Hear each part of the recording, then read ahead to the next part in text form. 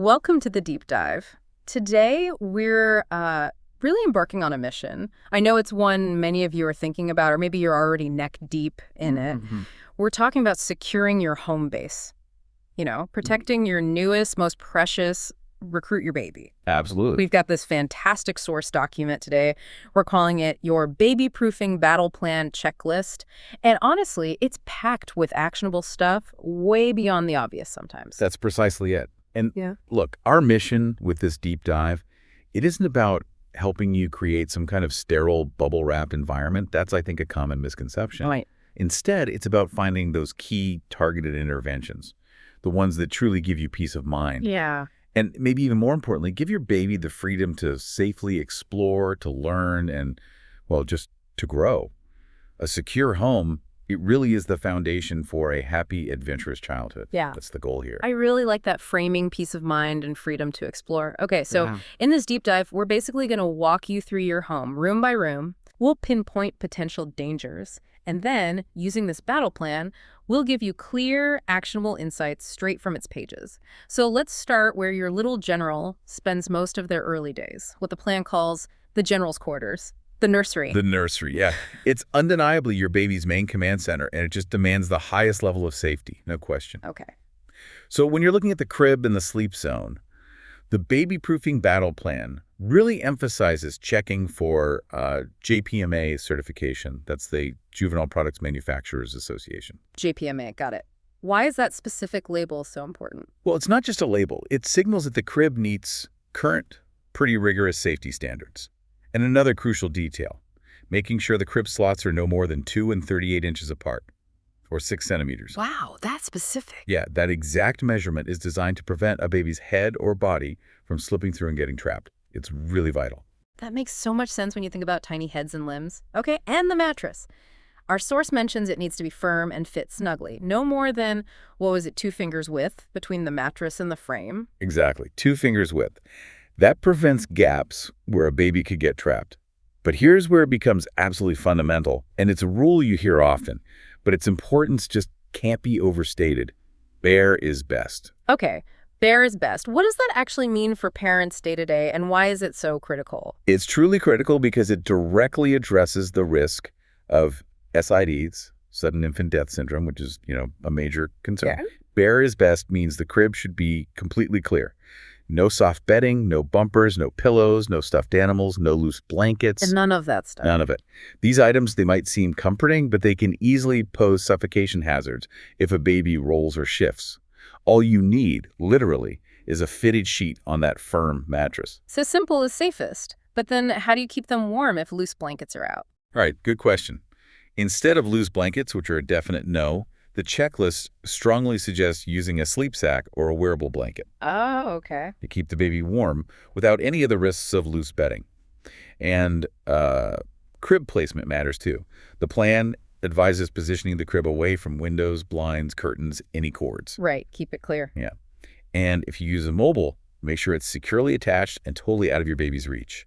And a practical note here, the moment your baby can push up on their hands and knees, that mobile has to go. Oh, interesting. Why then? It becomes a potential climbing hazard. Right. Or they could pull it down on themselves. Stops being just a nice visual thing. Got it. Okay, moving from the crib to the changing station. What are the big concerns there? I'm guessing the absolute top one is never leaving them unattended, not even for a split second. You've hit the nail on the head. That's the absolute top priority. The battle plan suggests using a changing table with a safety strap and guardrails. Yeah. And always, always use that strap. No. And the reason for keeping all supplies, diapers, wipes, creams within arm's reach, is precisely so you never have that temptation to turn away or step back, even for an inch. A split second is all it takes for a fall. Yeah. And critically important, anchor the changing table. And any nearby dressels or bookshelves, too. Anchor them to the wall. Tip-over accidents are way more common and dangerous than people realize. It's those preventative steps, isn't it? Okay, general nursery safety. I know the battle plan talks about toy chests. I remember those big, heavy lids from when I was a kid. Those are probably not okay anymore. Definitely not. Those heavy hinged lids are a real hazard. They can slam down, trap little fingers, or even worse. Ouch. Yeah. The recommendation now is to go for open bins or chests with lightweight removable lids, or look for ones with safety hinges that prevent slamming. Makes sense. And of course, a fundamental rule, Cover all unused electrical outlets. Get those covers. And keep all electrical cords, including baby monitor cords, out of reach and secured. Think about those monitor cords especially. They often dangle near the crib. That brings up windows. We rely on screens to keep bugs out, but the plan has a really strong message about screens and safety, doesn't it? It really does. The plan is crystal clear. You need to install window guards or window stops, not just in the nursery, but throughout the home. Guards or stops, okay. Because window screens, they keep bugs out, yes, but they are not designed or strong enough to prevent a child from falling through.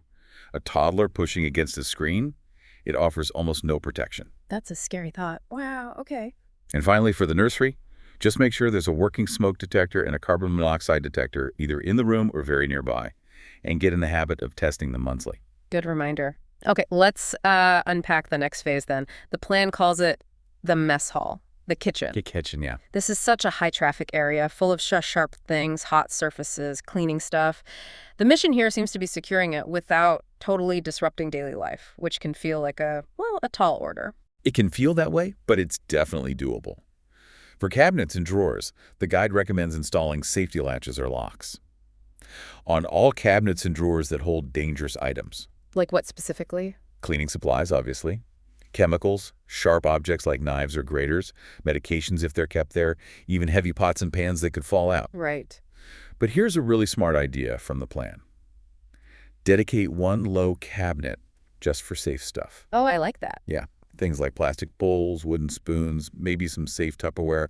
It gives your baby a sanctioned place to explore, to kind of help you without getting into actual danger. That safe cabinet idea is brilliant. Does it work well for specific ages? It's fantastic for crawlers and early walkers, say 6 months up to maybe 2 years old. That's when their curiosity is just exploding. The trick is maybe rotate what's in that safe cabinet occasionally to keep it interesting. It keeps them busy and, more importantly, out of the dangerous areas. And look, it's absolutely essential. Move all cleaning supplies and any poisonous stuff to a high locked cabinet, completely out of reach. No exceptions. High and locked. Got it. Now, what about appliances and cooking safety? Stoves seem like a big one. Huge one. The plan suggests using stove knob covers. These stop little hands from accidentally turning on burners.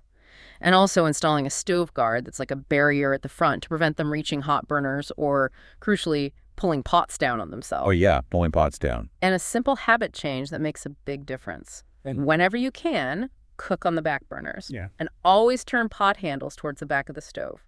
It's a small adjustment, but it massively reduces the risk of pulls and spills. Those small habit shifts are key, aren't they? What about other appliances? Oven, fridge? Yeah, you should use appliance latches for the oven, the refrigerator, the dishwasher, even the microwave. KBs can be surprisingly strong, and those doors are often right at their level. True. And for small appliances, toasters, coffee makers, blenders, the recommendation is straightforward. Unplug them when they're not in use, and keep those cords tucked away, out of reach. A dangling cord is just too tempting to tug on. Okay. General kitchen safety. The plan mentions high chairs. What should we look for there? A sturdy high chair with a wide base for stability. And definitely one with a 5-point harness. And the crucial part, always use the safety straps, every single time. Right. You also need a trash can with a locking lid, or keep it inside a latched cabinet or pantry. And something small but important. Remove those little refrigerator magnets. They can easily become a choking hazard if they fall off or get pulled off. Hadn't thought of magnets. Good point. And one final kitchen tip that often gets overlooked, tablecloths and placemats. The plan cautions against using ones a baby can pull on.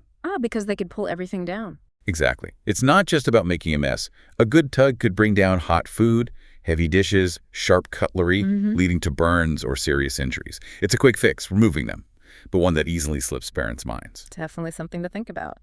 Okay, next up, we're heading into what the plan calls the decontamination zone, the bathroom. Yes, the bathroom. Highlighted as high risk. Water and medicine seem to be the big watchwords here. Needs critical vigilance. Absolutely critical. When it comes to water and tub safety, the Babyproofing battle plan has one absolute non-negotiable rule. Which is? Never leave a baby or young child alone in the bathtub, not even for a second. Drowning can happen silently, quickly, and in incredibly shallow water. Never. Okay. Also, to prevent scalds, which happen faster than you think, it's strongly advised to set your water heater thermostat to 120 degrees Fahrenheit, that's 49 Celsius, or lower. 120 or lower. Why that specific temp? Because water hotter than that can cause serious burns very quickly on a baby's sensitive skin. Even at 130 degrees, it can cause a third-degree burn in just 30 seconds. So always, always test the bathwater with your wrist or elbow before putting your baby in. Wow, 30 seconds. Okay, that's a powerful warning. The plan also suggests things like a soft cover for the bath spout. Yeah, to protect against bumps and bonks on the head. Yeah. And using non-slip mats both inside and outside the tub to prevent slips and falls. Makes sense. And once bath time is done, drain the tub completely, immediately. No standing water left behind, no lingering risk. Right. What about toilets and storing things? For toilets, the source recommends installing a toilet lock. Yeah. This prevents drowning, which is a real, though perhaps less talked about, risk. Yeah. It also stops them playing in the toilet water, which, isn't ideal either. Definitely not. And storage, medicines, toiletries. Crucially important. Yeah. Store all medications, vitamins, supplements, toiletries, everything in a high locked cabinet. High and locked. Both. And the plan makes a very clear point here. Child-resistant caps are not child-proof. That's a huge distinction. I think many parents might assume they're the same thing. Why is that difference so vital?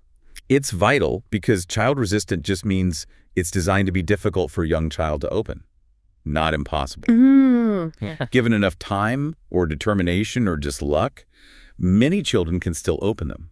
Child-proof implies they absolutely cannot, which is almost never truly the case.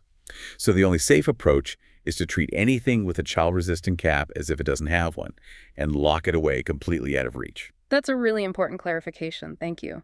And of course, same goes for sharp items, razors, scissors, nail clippers. Keep them in a locked drawer or cabinet too. And electrical safety in the bathroom. Lots of appliances get used there. Yeah, so unplug things like hair dryers, curling irons, electric razors right after you use them. Don't leave them plugged in on the counter. And store them away. Okay. And ensure all bathroom outlets have GFCI protection. That's ground fault circuit interrupter. GFCIs, right. What do they do again? They're designed to shut off the power instantly if they detect an imbalance in the current, like if electricity is flowing through water or a person. They're essential in wet areas, like bathrooms and kitchens, to prevent electric shock. Crucial. Okay, let's move on to the recreation area. Living room, family room, common areas. The plan frames this as the zone for crawling and walking practice, so it needs a clear field for safe exploration. Exactly. And a big part of that is furniture and fixture stability. The plan really reinforces how critical it is to secure all heavy furniture. We're talking bookshelves, dressers, TV stands, and the TV itself. Anchor them to the wall. Use furniture anchors or straps. But we mentioned this for the nursery, but it bears repeating everywhere, it sounds like. Absolutely everywhere. Tip-overs are a leading cause of serious injury, even fatalities, for young children. It's a top-tier safety measure. Okay. What else for furniture? It also suggests installing soft guards or bumpers on sharp corners and edges. Think coffee tables, fireplace hearths, low shelves. Those corners are right at toddler head height. Yeah, out. And if you have a fireplace, use a sturdy screen or gate to block access completely. Keep the fireplace tools and any logs well out of reach, too. Smart. Now, cords, plants, decorations, this feels like a real hazard sweep area. Hidden dangers lurking around. What does the guide advise? It says to tie up or cover all loose electrical cords, keep them hidden behind furniture, or use cord covers. Don't leave them dangling or running across the floor. Okay. And window blind cords are a major one here, too. Ensure they are completely inaccessible. This might mean investing in cordless blinds, which is the safest option. Or, at the very least, secure the cords high up and out of reach using a cleat or cord shortener. Those dangling loops are a serious strangulation hazard. Cordless blinds seem like the way to go if possible. What about houseplants? Good question. The source says, identify all your houseplants. Check if any are poisonous if ingested. If they are, remove them.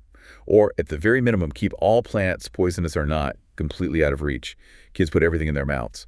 And for the general common areas, the battle plan has a great tip. Get down on your hands and knees. See the room from your baby's perspective.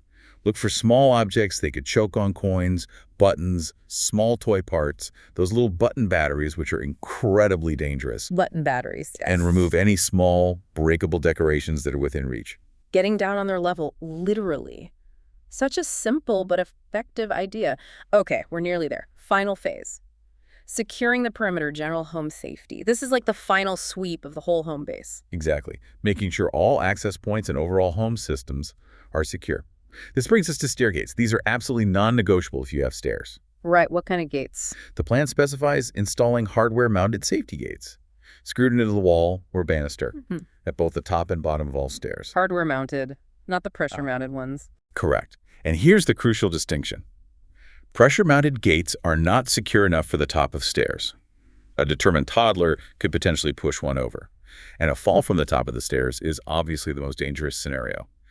So hardware mounted at the top, always. Pressure mounted might be okay at the bottom or between rooms. That's a really vital detail many people might miss, thinking all gates are the same. Okay, what about doors, keeping kids out of certain rooms? The guide suggests using doorknob covers, those plastic things that make it hard for small hands to turn the knob, or actual door locks for rooms you need to keep off limits. Maybe a home office with equipment, or a workout room, or a laundry room with chemicals. Yeah, makes sense. And simple door stops can prevent pinched fingers, those wedge ones, or the ones that fit over the hinge. Surprisingly common and painful injury when doors slam or kids play with them. Okay, now poisons and chemicals beyond the kitchen or bathroom paint, laundry pods, antifreeze, where should those go? Same rule applies, really, but maybe even more stringent. Store all hazardous materials, paint, solvents, laundry detergent pods, which are particularly dangerous, antifreeze, pesticides, even things like pet medications, keep them in their original containers, and store them in a securely locked cabinet. The battle plan ideally prefers this location to be outside the main living area, like in a locked cabinet in the garage or a shed, if possible. Keep them totally separate. Exactly. Reduces the chance of accidental exposure. And something really practical. Post a list of emergency numbers. Poison control, fire, police, your doctor's number. Put it somewhere visible, like on the refrigerator or near the phone.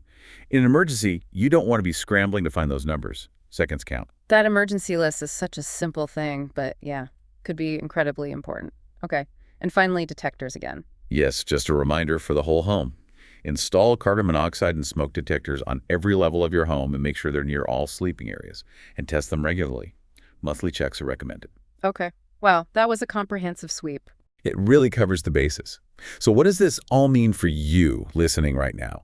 You've done this initial sweep, maybe using this plan, and your home is definitely a much safer place for your newest family member. That's fantastic. Yeah. But remember, as the baby-proofing battle plan concludes, this isn't a one-and-done thing. It's an ongoing mission. Right, because they keep changing. Exactly.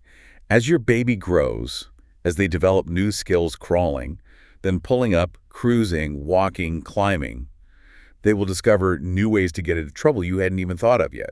So you really need to reevaluate your home for new hazards every few months, adjusting as their abilities evolve. So stay vigilant. Your vigilance really is the ultimate safety tool here. It truly is. By following this kind of battle plan, but by thinking ahead, making these targeted changes, you really can worry less and just enjoy the incredible, sometimes crazy adventure of parenthood more. That's the payoff.